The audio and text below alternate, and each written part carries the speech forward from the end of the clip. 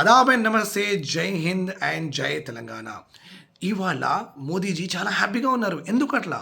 Why? Because first time ఆయన 10 times నీతి ఆయోగ్ మీటింగ్కి convene చేసిండ్రు. అందరు రండి అని చెప్పారు. నాన్ బీజేపీ స్టేట్స్ ఎప్పుడు రాలేదు. ఇవాళ ఫస్ట్ టైం ఏమైందంటే జూన్ 11కి అంటే మొన్న ఏమైందంటే ఆయన మీటింగ్ పిలిచారు.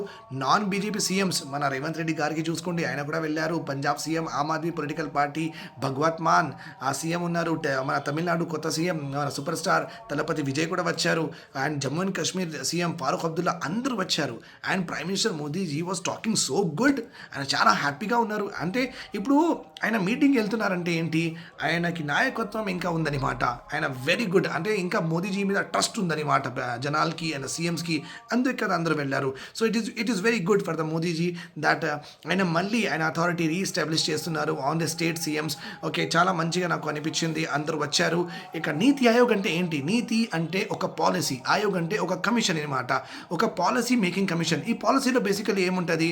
ఓకే, జీడిపి ఎంత గ్రో చేయాలి, జీడిపి గ్రోత్ ఎంత ఉండాలి, ఏ సెక్టార్కి ఎక్కువ మనం కాన్సన్ట్రేట్ చేయాలి, ఎఫ్డిఐలో ఎలాంటి లిమిట్స్ పెట్టాలి, ఎలాంటి లిమిట్స్ ఇంక్రీజ్ చేయాలి, డిక్రీజ్ చేయాలి, అన్ఎంప్లాయ్మెంట్ ఎట్లా తీయాలి, ఉమెన్ ఎంపవర్మెంట్లో ఏమేమి చేయాలి. సో వీళ్ళు మొత్తం డిస్కస్ చేసుకుని నీతి ఆయోగ్కి ఏమంటారంటే మేము ఇవన్నీ డిస్కస్ చేసుకున్నాం కదా, మీరు మళ్ళీ పే చేయండి, పాలసీ చేయండి అని అంటారు. నీతి ఆయోగ్ ఉరికి ఏం చేసింది, సార్ పాలసీ చేస్తామండి, 3 years draft, 5 years draft, 7 year document, perspective plan, vision document మొత్తం మనకు ఇచ్చేస్తుంది. ఈసారిది దిస్ ఇయర్ ఈ 11th నీతి ఆయోగ్ మీటింగ్లో 11th నీతి ఆయోగ్ మీటింగ్లో థీమ్ ఏముందంటే ఇంక్లూజివ్ డెవలప్మెంట్ వికసిత్ భారత్ 2047. అంటే 100th ఇండిపెండెన్స్ డే రోజు మన కంట్రీ వికసిత్ భారత్ అయిపోవాలి, డెవలప్ నేషన్స్ అయిపోవాలి. సో నీతి ఆయోగ్కి ఒక డైరెక్ట్ చేసిండ్రు మోదీ గారు. అందరు కలిసి మేము మా కంట్రీకి, మా భారత్కి మనం 2047 వరకు డెవలప్డ్ స్టేట్, డెవలప్ కంట్రీ లాగా చూడాలనుకుంటున్నాం. చిన్నప్పటి నుంచి India is a developing country చెప్తుంటాం. No, we don't want that to happen again. We want India to be develop nations అంటే ఏంటి? ఫ్రాన్స్ లాగా, జర్మనీ లాగా, యుఎస్ లాగా, యూకే లాగా అలాంటి మాకు కంట్రీ కావాలి. అందరికీ ఫుడ్, అందరికీ బట్టలు, అందరికీ ఫుట్వేర్, అందరికీ ట్రాన్స్పోర్టేషన్, అందరికీ కమ్యూనికేషన్, అందరికీ హెల్త్, అందరికీ ఇన్సూరెన్స్, అందరికీ పెన్షన్. ఓకే, ఇవన్నీ మనం ఎవ్రీ సిటిజన్ ఆఫ్ ఇండియాకి ఇచ్చేస్తే మన కంట్రీ ఒక డెవలప్ కంట్రీ. అందరి దగ్గర ఒక డీసెంట్ స్టాండ్ ఆఫ్ లివింగ్ వచ్చేస్తుంది. ఎవరు మన దగ్గర పూర్ ఉండరు, ఎవరు హ్యాపీగా బతుకుతారు.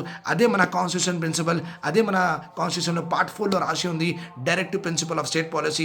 ఇంకా మీరు కూడా చెప్పొచ్చు డెవలప్ నేషన్లో ఇంకా ఏమేమి రావచ్చు.